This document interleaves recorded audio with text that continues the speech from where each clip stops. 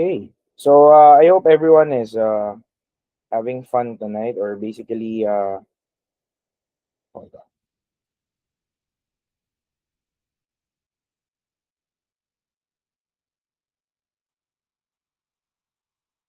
Okay, just put my stuff on mute.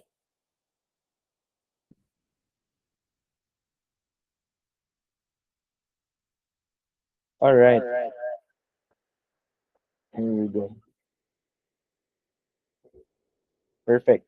All right, so yeah, so tonight it's gonna be something special. We're gonna talk about something that's much more coming from a dentist. So I believe when you talk about practice management, it's all business, it's all money, it's all finances, it's all clinic management. But I actually believe that all those things are just the result of something that's big.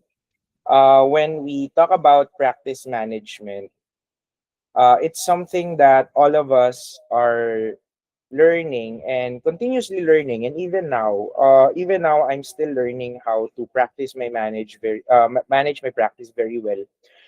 That's why I love how they put the caption where we talk about systems for smooth scalable success.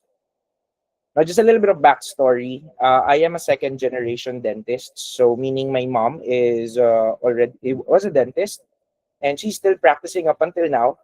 To be perfectly honest with you guys, she's been running her practice for more than 30 years.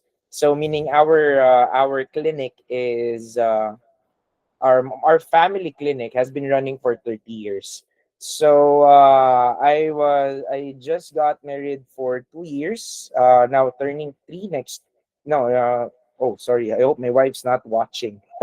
So I'm married for 2 years already, and me and my wife have started our own practice as well. Okay. So by the way, if you guys have any questions, you can actually just try on messaging the in-call messages part, and we're gonna answer it as we go through our sessions. Okay, so let's start. So let's talk about practice management, right? And tonight's journey is something to help you guys understand how to systemize your clinic operations using understanding how workflows work and how to maximize the tools, the digital tools that are happening now in this day and age. It's already 2025, and there's a lot of things that our practices have to catch up on.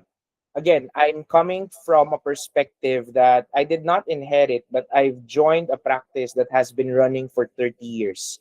So imagine the foundations that are already deeply rooted in the last 30 years, and now introducing digital, introducing aligners, making a practice for aligners on that 30 years of practice that has been thriving for that some quite some time. It's going to be a big hurdle to me. Now, if you're an associate, if you're someone who's working for another boss, you may be struggling with a few of these things. And if you are a business owner, if you're a practice owner, you may also pick up some nuggets of information here. And if you're about to start a practice and you're getting all your options right and understanding how clear aligners can work with my practice, I think this is something that can help you with it. But just to give you a little bit of disclaimer, this webinar tonight is not going to be pure clear aligner heavy, but it's much more understanding how how you can grow your practice, not just in clear aligners, but understanding the core fundamentals of it. Okay, so again, it's talking about management tools, workflows, and principles that will allow growth without chaos. Now, one of the main experiences that I have when I was doing my practice or doing my or joining my mom's practice is everything kind of was laid out on a silver platter. Now, most of these learnings are actually happened when me and my wife started our own practice.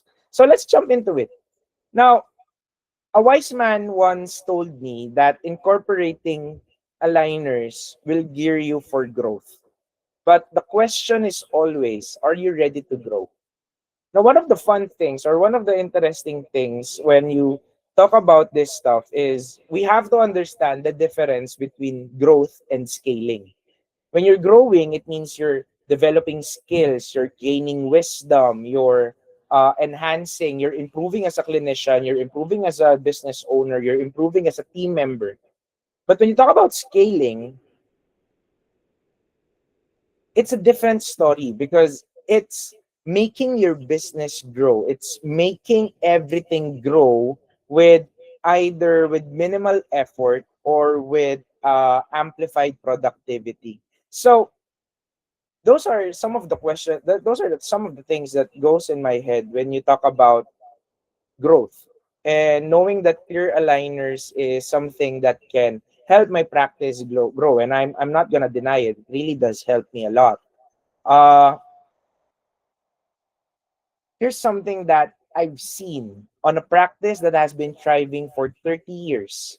And this is the same thing that I've seen on my practice on roughly the first year, first 6 months or so. Most clinics grow by adding workload, not systems. We are all living in an illusion that when we're busy, it's actually good for the business.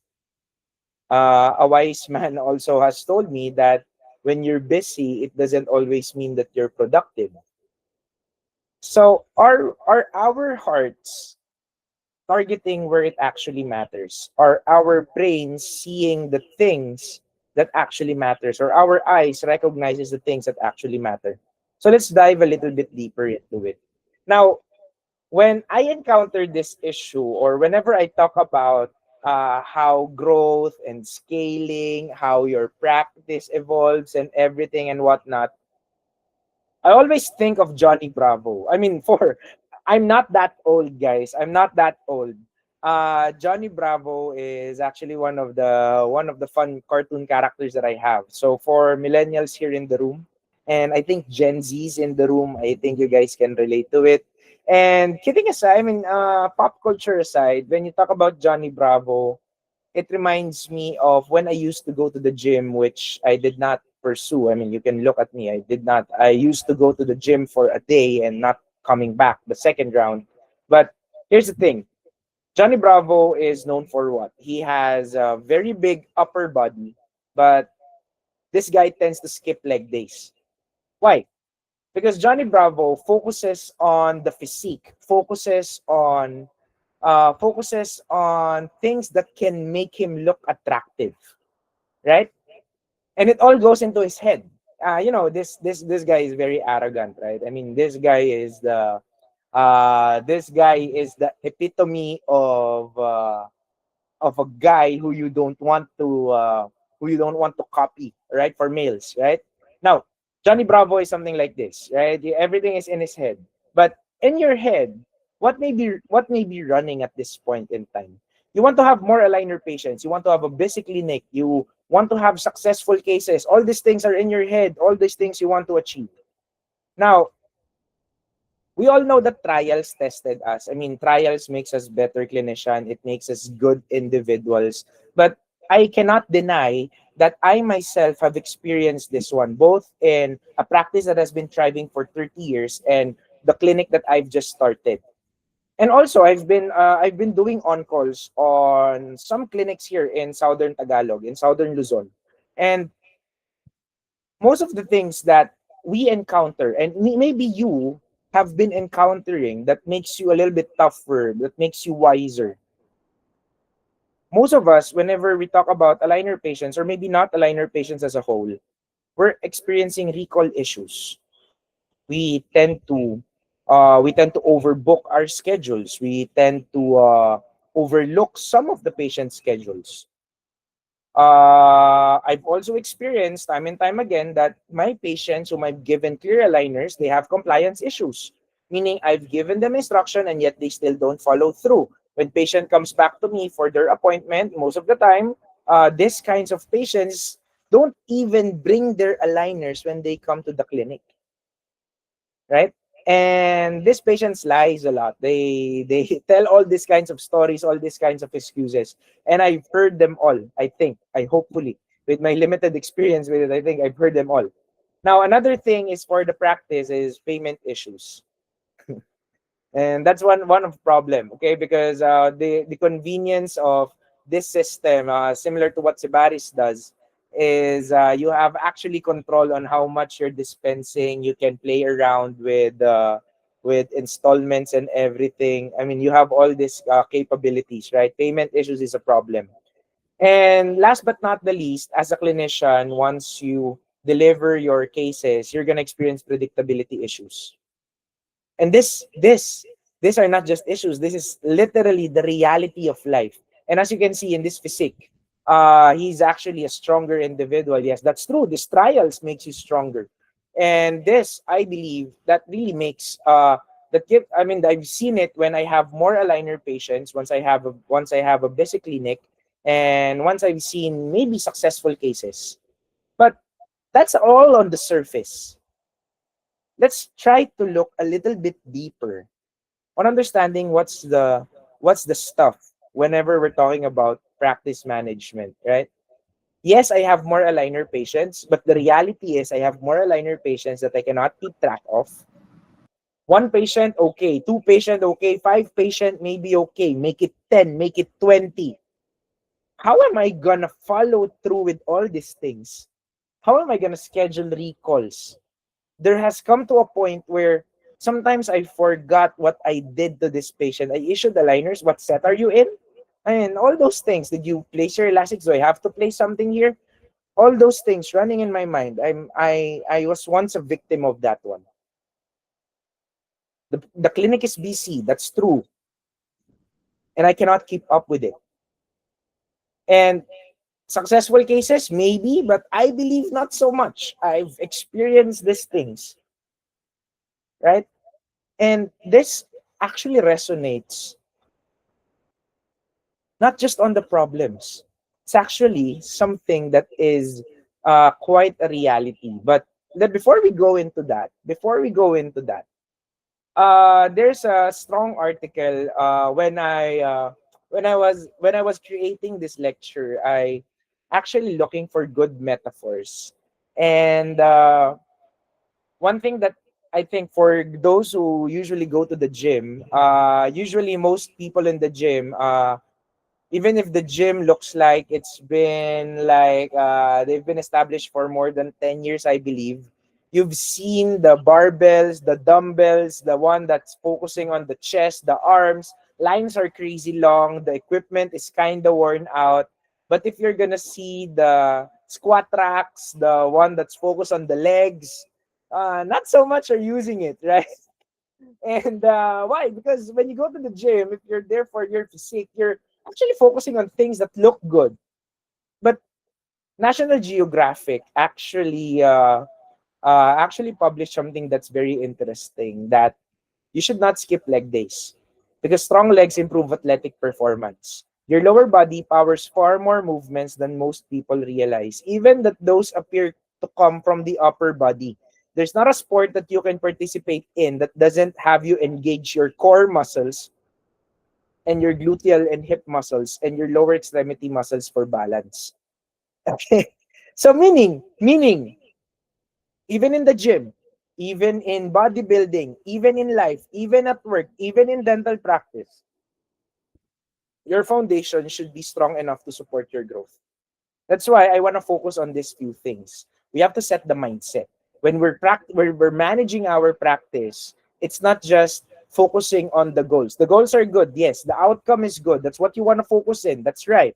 But you have to understand that for you to go to that outcome, you have to understand that there are things that you have to understand and things that you have to apply for you to get that outcome much more satisfying.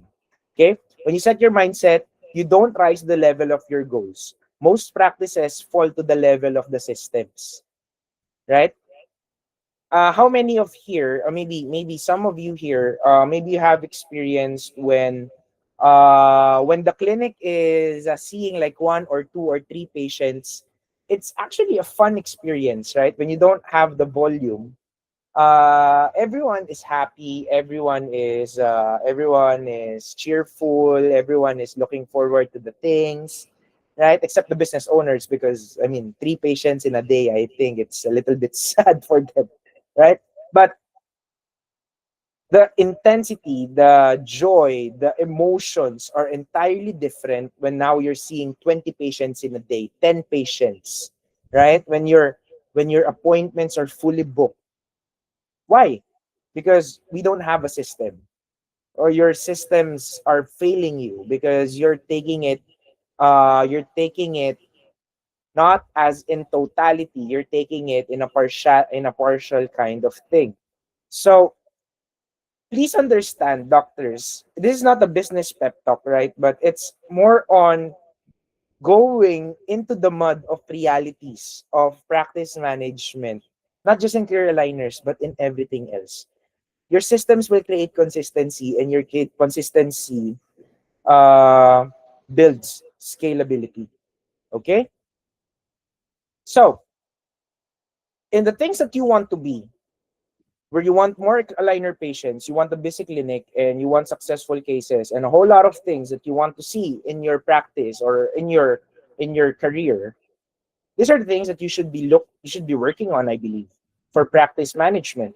We want to look at your foundational knowledge base. For example, aligners.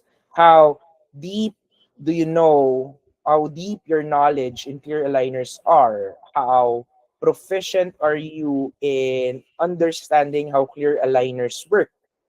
Your recall systems, your staff and clinic management, these are all the things that surrounds it. Again, because knowledge alone is not going to give you patience. It's the whole package altogether, right? So it's not just the knowledge, the theoretical things, not just the clinical aptitude, because what's the use of being a good clinician if there are no patients that sits in your clinic? It's like a chicken and egg. I mean, I learned it from wise people here there in Malaysia. It's like a chicken and egg, right? So today's journey is broken down into four parts. You want to identify the bottlenecks in your current workflow, understand the building blocks of a digital and operational management system, and I want to help you recognize how systems protect your time, team, and your brand.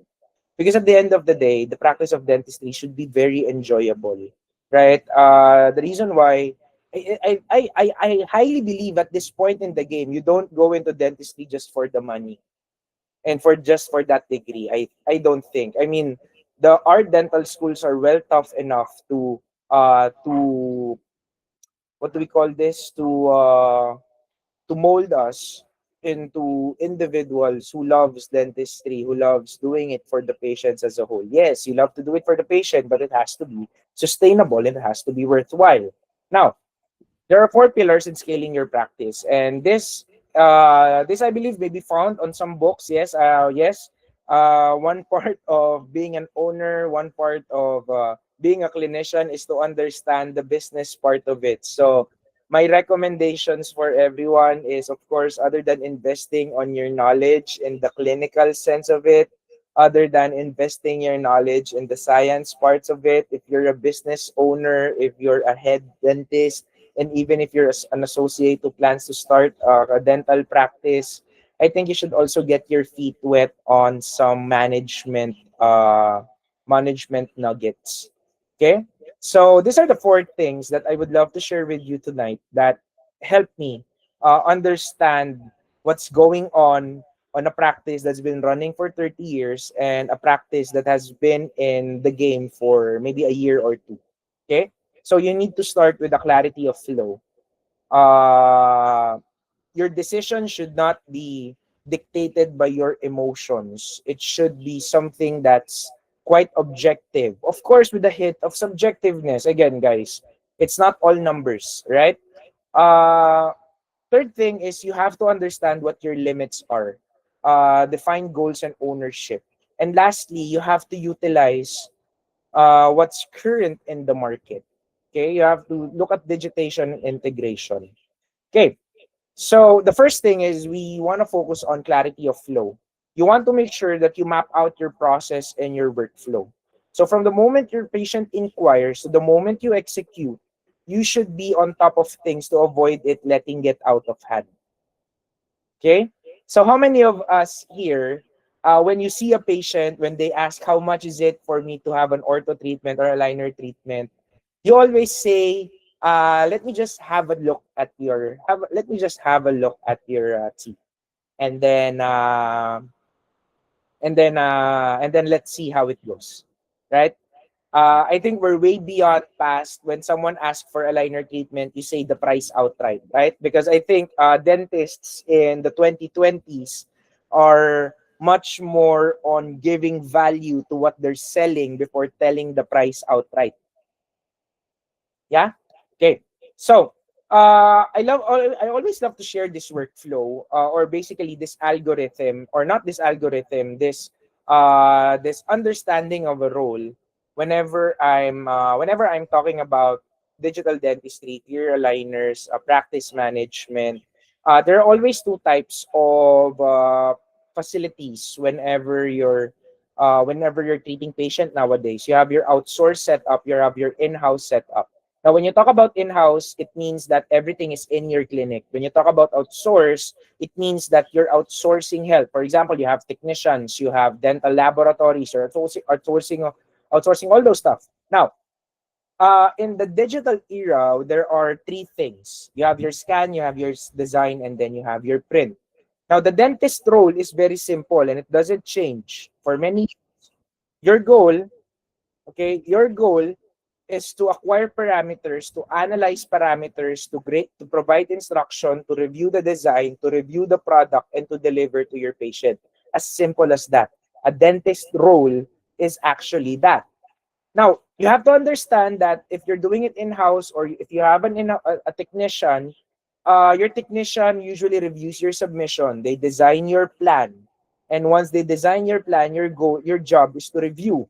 Now, if you have a problem with it, you send it back to designing. And if you don't have a problem with it, you're gonna approve. Once you approve, they inspect design technicalities, they manufacture, they send it to you, and then you deliver it to your patient. Pretty standard for many, many years, even in the digital era, it holds true, right? Now, when I say clarity of flow, it's trying to write down or map out everything that goes in your clinic. I know, guys, I'm trying to set a different tone here. I'm trying to run a different narrative, but this is me. Okay, this is me outside talking about clear aligner science. It's outside of me treating my patients. I'm talking about what happens around that dental chair. So when you talk about clarity of flow, you have to ensure that your team knows your process and stick to it. Now the problem with most dental practices, all the information is in the dentist's head, right? And most of these things are being told to you verbally, or being told to the team verbally, right? Now, as cliche as it may sound, as pretty objective as it may sound, you really have to write them down. What's happening from the moment there's an inquiry? What should you do? These are two of the algorithms that I've written for my practice and even for my mom's practice. I've written everything for the moment patient inquires. Where do I send it? Where do I send it to a clinic to my mom's clinic or to my clinic? Where do I usually send them? Right? So it has to be in a workflow. It needs to have that algorithm. When you have an algorithm, it's usually answerable by yes or no. There's no maybe, right? Now, here's a nugget. Here's a learning nugget.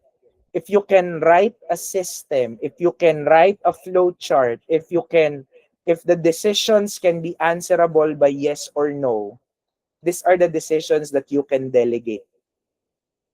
Ah, again, if the process is answerable by yes or no, these are the things that you can delegate, right?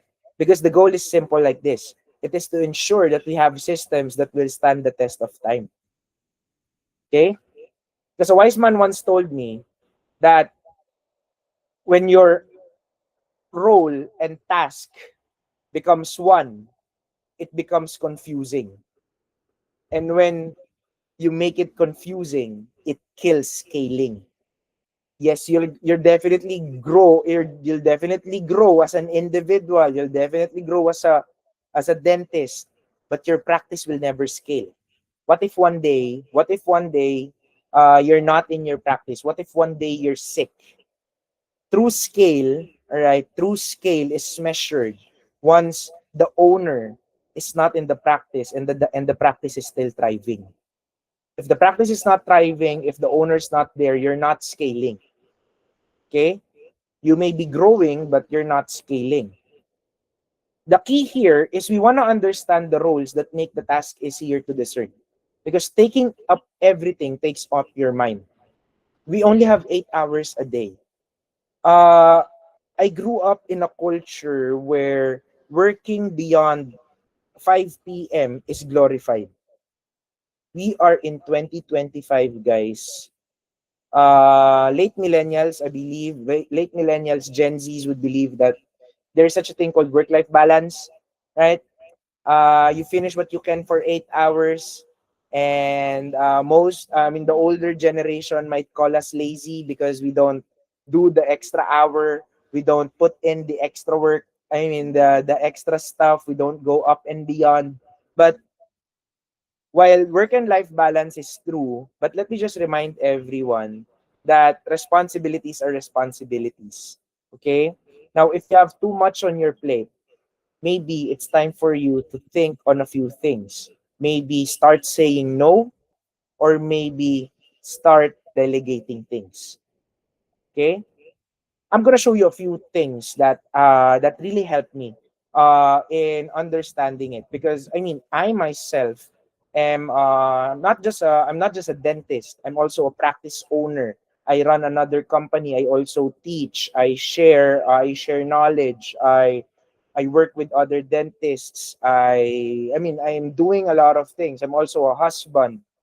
I still wanna have time for my wife, right?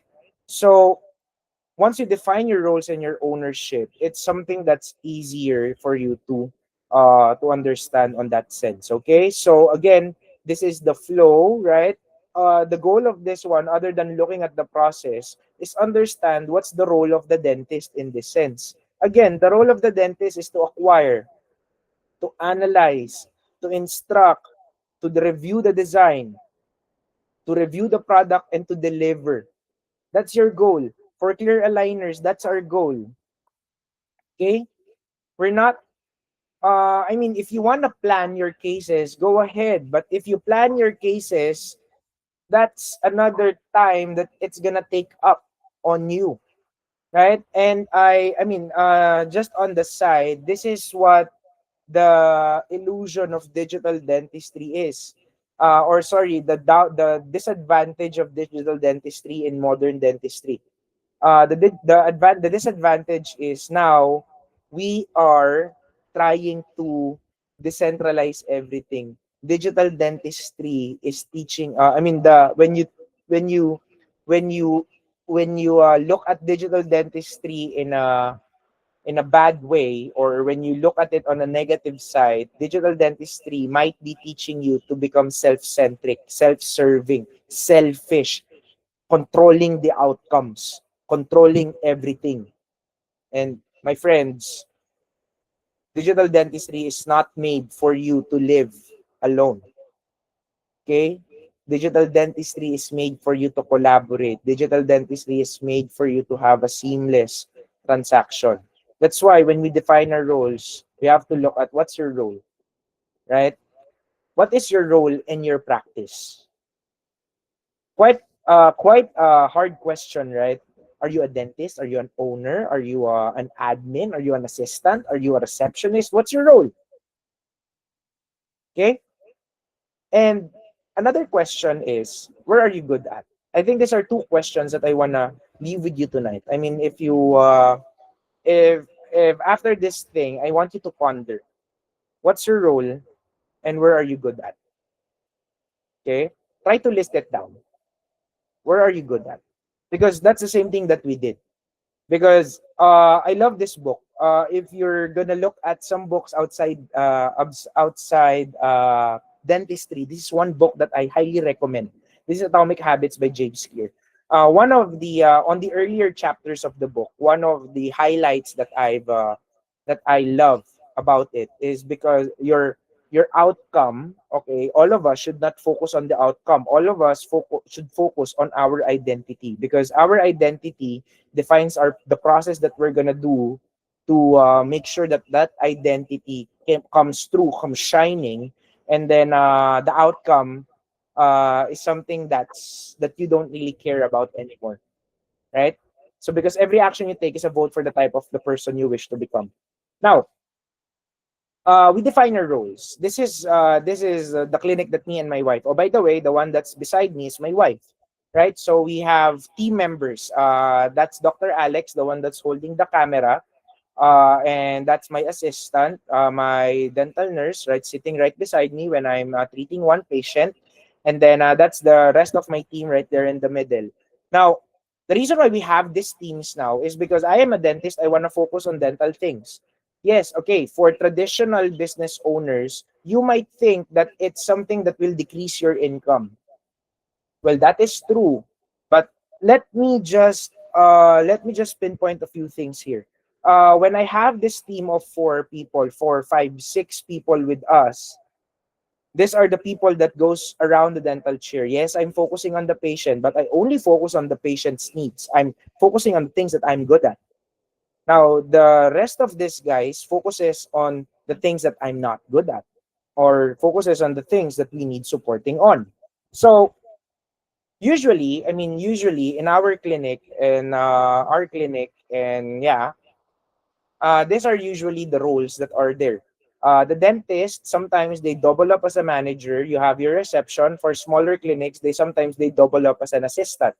But usually these are the four basic spots in our clinic. So you have to define where are you putting yourself into it. If you're still a small practice, maybe you're a dentist and a manager. If you have someone with you, they may be reception and an assistant as well. Yes, I would understand. We started from there, and that is true. But here's something that we did when we discovered that we have to make systems we write down a few stuff. So me, my wife, my team, we sit down on a piece of paper. We write down this one. We did our own SWOT, your strength, weaknesses, opportunities, and threats. We write them down. So what's my role? My role is a dentist and an owner. My strength is on clinical communication and closing. What's my weakness? I'm weak on following up patients. I'm weak on finance. I don't want to handle money. I'm not good in marketing, pushing the social media contents. I'm really not good with it. And micromanaging. I hate micromanaging. I don't want to micromanage people. I don't want to direct them on every step that they do. That's what I don't want. So I listed them down. I recognize my own weaknesses. You have to recognize your own weaknesses as well. So what's my main tasks? Therefore, maximizing my strengths and managing my weaknesses. My main task is I'm usually responsible for the initial consult. Meaning the patient comes in because I love closing deals. I love closing treatments. I really wanna talk to patients, show them that there's always a better way to do things. I love doing that. So initial consults is something that I'm doing it, especially for clear aligners. Yes, I'm doing that. I'm gonna show you a few tricks that I'm doing for practice here. Uh, Clinical management, yes.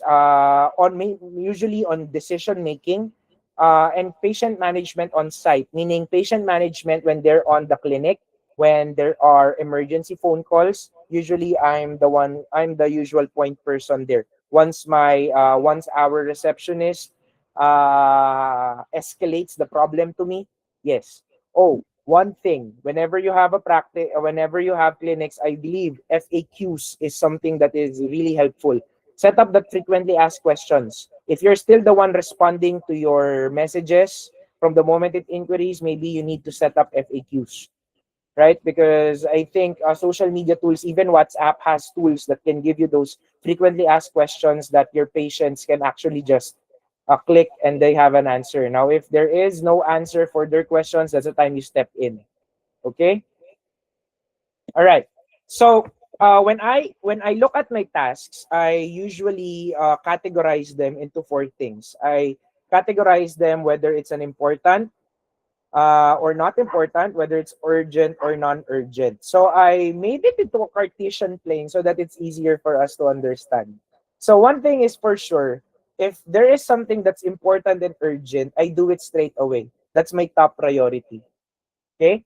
So a classic example of urgent and important things is patient consults. Those are things that are urgent and important. I have to be there because that's my role. That's the task that I have. If there's an unhappy patient complaining on things, I'm an owner. I have that sense of ownership. I have to protect my practice. I have to protect my brand. I'm usually the ones that's handling it. Patient on site.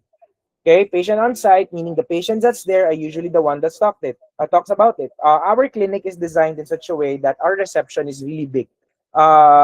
It's like a coffee shop themed kind of thing. I don't have the picture here, but yes, because I want to give that. I really love to talk to patients, and I usually invite them over coffee. And we have coffee in our clinic, so we just invite them there. And then treatment closing. I'm I'm the ones responsible for closing treatments, especially for long procedures. Okay. Now, when a task is important and non-urgent, I always plan and start working on it. Meaning, I don't want it to become urgent. That's why I prioritize it. So let me just give you a sample here. Case planning. If there's an aligner case, the moment I get it, I start planning my case. I don't want it to become urgent that my patient becomes unhappy because once a patient is unhappy, now it's a problem to me. So now, important and non-urgent things is something that I really work on. Treatment notes. After I do something, I write them down. It's not urgent, but I can do it. Case studies, investment in my clinic, trainings that I'm doing, trainings that I'm attending. These are all important things, but they are all non-urgent. So I can plan ahead and start working on it. Now, if the thing is urgent, but it's not important basing on your roles, these are the things that I delegate. Let me give you an example of things that I delegate. Marketing material. I don't want my team to ask me which color to use for a publishing material. I don't want to think about it anymore. Okay? Delinquent patients. I usually have my manager follow up on it. I want to focus on the things that I do best. Treat my patient, following up progress, supplies, reorders, all those things I really tend to delegate. And lastly, non-urgent, not important, just don't do it. It's a waste of your time, right? Once you understand your roles, once you understand your strengths and your weaknesses, it's gonna be easier for you to understand the tasks that's coming into you, whether it's important and urgent, important, non-important, urgent, non-urgent. It's gonna be easier for you. So a few things that are non-urgent. When a patient inquires on the website, usually for us, those are all AI tools or our receptionist handles it. I don't do it.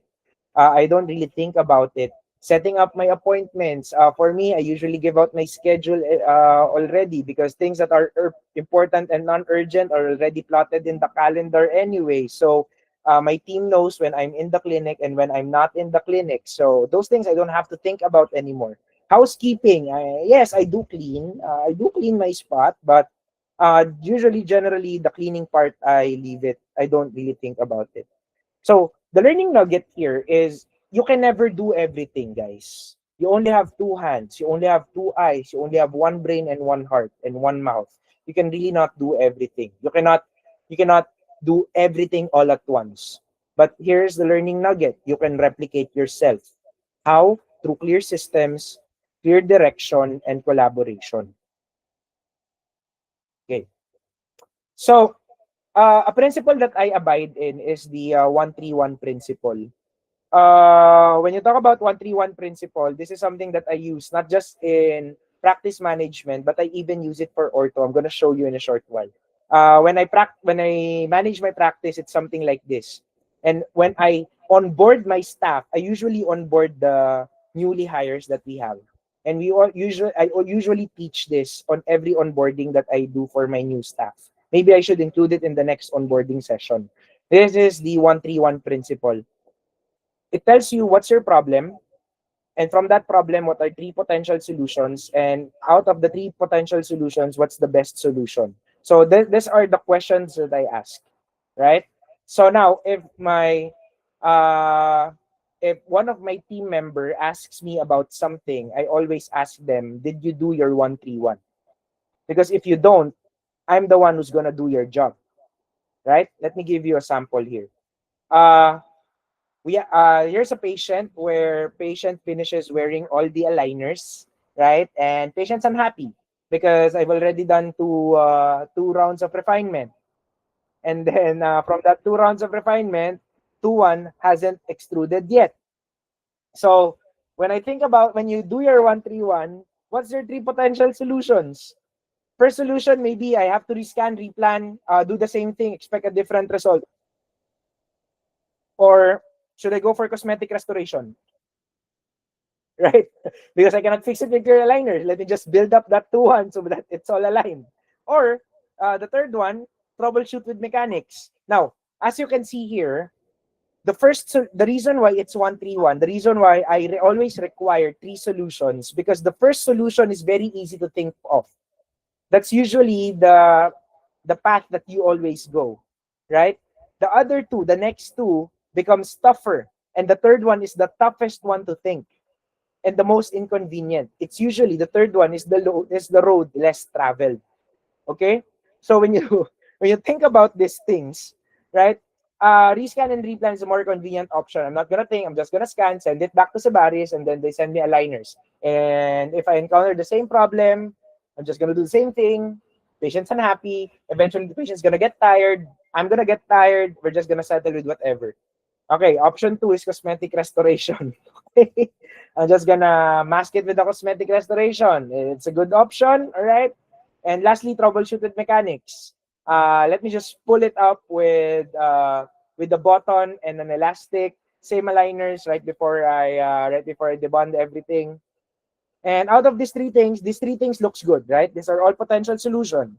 But if I'm gonna ask everyone, what can be the best solution among the three?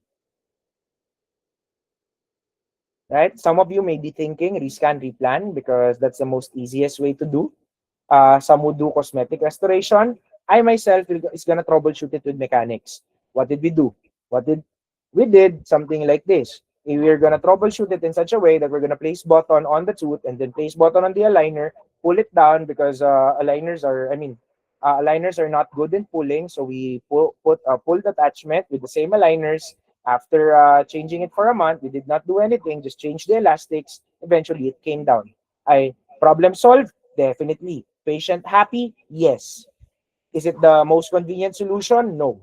Right? But I believe it's the best solution. Now, as I've said, when you go to your foundation, okay, when you go to your foundation, this one is something that I'm gonna think of since I have better knowledge base. So in that sense, guys, when you're stuck on something, try to evaluate yourself on that sense. Did I do the 131 principle? Because the 131 removes all the biases, right? Even the most inconvenient solution, you're gonna think about it because it's the more difficult one. Okay. So here's another one. A very common problem that we face in our clinic.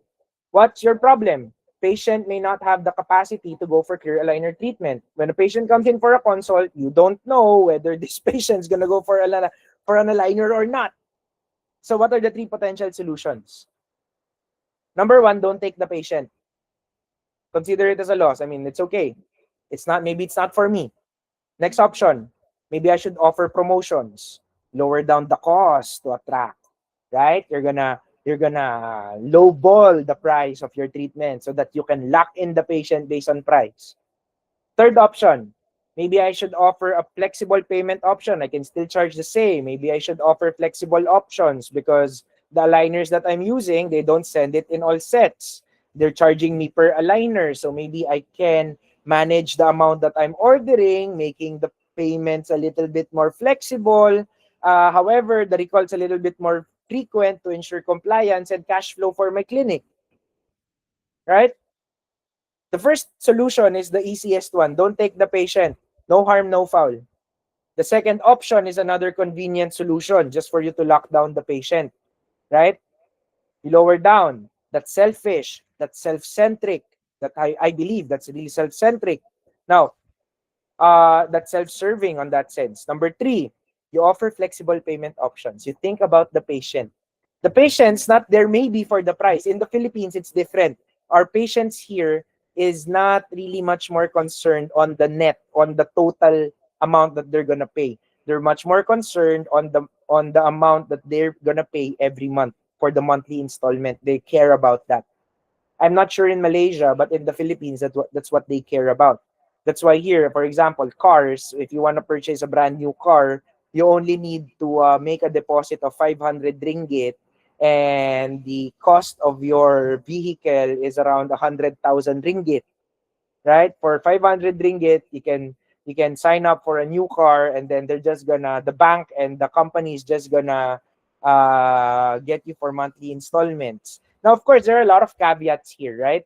You offer flexible payment options, but of course, giving them installment, it's a little bit much more convenient for them, but you also need to put something so that you ensure that you're well protected on that end, right? So therefore, what's the best solution? That I leave to you. For me, I'm gonna go for the option three, because the third one is, I believe it's the wisest one, right? And the wise decisions, guys, wise decisions are not built overnight. Wise decision came from a lot of mistakes. Okay, the philosopher Plato, the philosopher, tells us that one of the purposes in life is to be defeated by greater and greater things. If you're not defeated by greater things, you're not improving. So meaning, guys, for you to become for you to acquire wisdom, you really have to fail. You really have to experience stuff, right? For you to become wise, right? So now I'm speaking like a guru here. Anyway, so like in this patient, what's your problem or issue?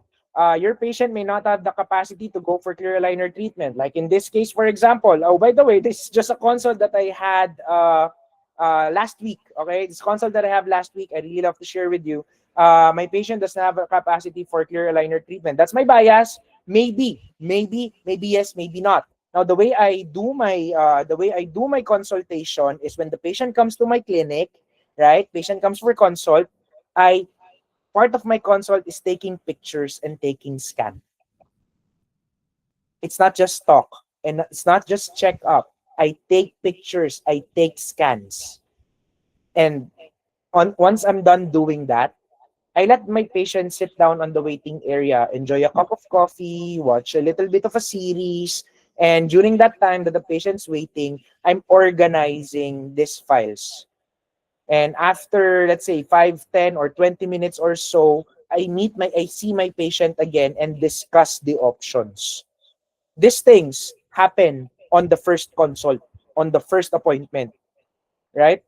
These things happen on the first appointment.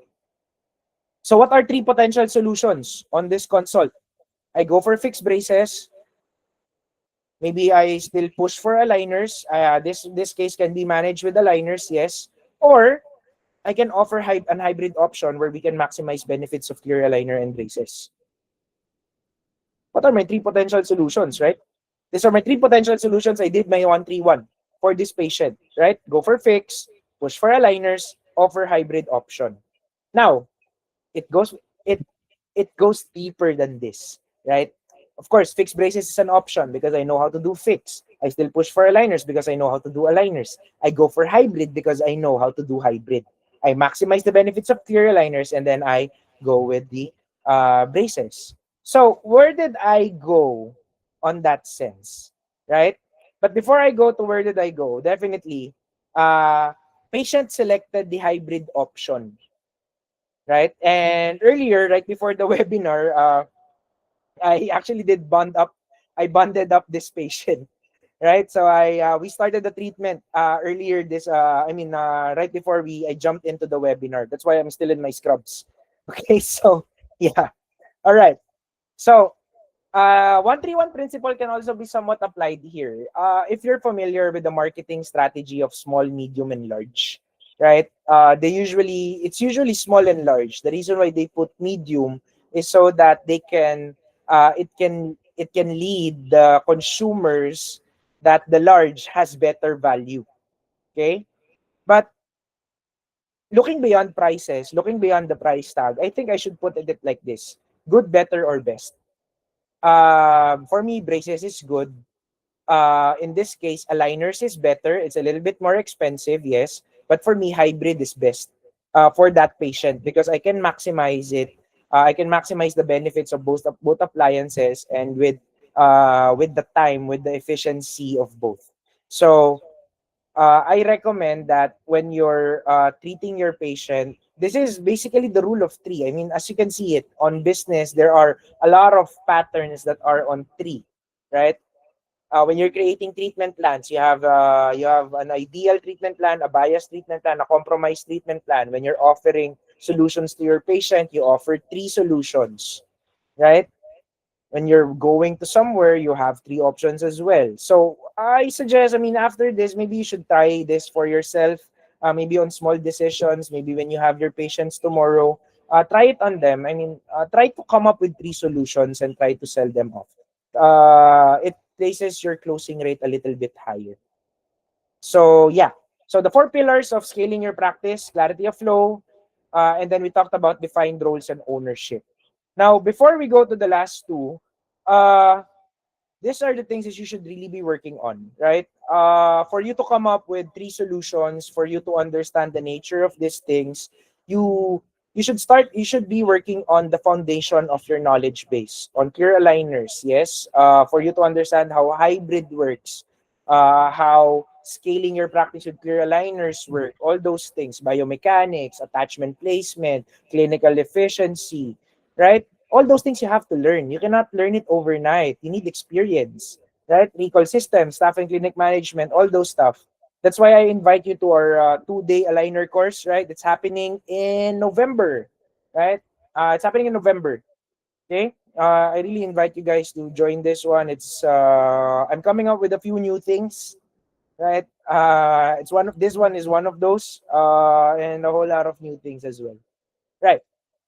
So going back, track what matters to help you make decisions. So let's go to a little bit of data. So I'm going to go a little bit fast on this one because on when you talk about data, when you talk about understanding how things going, you have your KPI, your key performance indicators. These are all quantifiable metrics used by organization. I think you guys heard what KPI is, right? So key performance indicator, something that your managers may be measuring, your bosses may be measuring on you. They're asking, why are you not closing more patients? That's actually the reason for that. They're basing it on KPIs. Now you should not confuse yourself with KPIs and metrics. All KPIs are actually metrics. They are all something that you measure. Metrics are something that you measure. KPIs are something that you interpret to make decisions. Okay?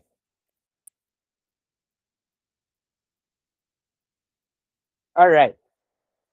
All right. So, in the clinic, more the data drivers are usually operational, financial, and clinical. When you talk about operational, it talks about the data from the tasks that you guys have done, the schedule, the patients that you did, any bottlenecks on what you're doing. We talk about financial, your collections, cash flow, cost per service, clinical, your case types, your turnaround time, your redos, your refinement rates, all those things you're looking at, right? Now, let's talk about consults. Let me just pull up a few of the datas that we're using in our clinic, right? So one chart that we look at quarterly, or sometimes yeah, we look at it quarterly, is we look at the number of patients that we have for ortho or for any procedures that we have, for any long procedures. We also do rehabs, we do implants, we do all kinds of things. Now, this is one chart that I love to share with you. Something that we use, and maybe something that you can use as well. So what we do is we look at the number of patients that go for ortho consults, and we look at the number of cases that we've closed, and we tally it against the number of cases that we didn't close. Okay, so here, hold on. So here, for example, on some months, we look at the number of closed patients. Out of 24, we did 15. So we have a rate of 34. So something like that. Okay? Right. Let me just look at our chat box. All right, very nice. Okay. So yeah, so something like this. We look at consults and closing. Now, here's another case audit that we usually do as well. Case audit that we do is we're looking at the total cases that we're handling in 2025. So currently, let's look at it at 124 total cases in 2025. Out of the 124, we have 38 new cases this year. And from 124 aligner cases, we have 13 refinements done and 124 for mid-course and ongoing. So we tend to study that. What's the point of this one? The point of this one is so that these two charts, the let's say like this one, consults and closing and case audit, these are the things that helps us create decisions. Whether should we relook at our planning protocols again? Should we look at the way we handle our mid-course corrections? Should we look at the way we market or we sell our services to our patients? Should we have a look at those things? Should we retarget the way we do marketing? I mean, these numbers speak a lot, right? And if you have these things in your clinic, this is something that would prepare your business to scale. Whether you're seeing 10 patients a month, 30 patients a month, 100 cases a month, or 1,000 cases a month, these are the systems that will really help you for closing. So these are the things that really helped us understanding our business, our niche, the disciplines where we're gonna invest our learnings in. Because again, you guys, I know you guys are hungry in learning about dentistry, right? And having these things makes you understand which path are you willing to go, right? It cannot be aligners, it cannot be ortho, it can be nature of cases. Of let's say 124 patients that you've seen this month, how many went for implants, how many went for resto, how many went for all those things, guys. We have these things in our clinic. Okay. And we're not a big clinic, guys. We're I believe we're a small clinic. We're not really a big clinic here in the Philippines. We're just a small one, but we establish this thing so that we are ready for greater things. Okay. Uh yeah. So basically, KPIs help you make strategic decisions on how you can move your practice forward. It looks at your appointment effectiveness, your profitability, your treatment types, and your satisfaction scores. Your patient satisfaction matters. Okay, so we're heading down to the last one.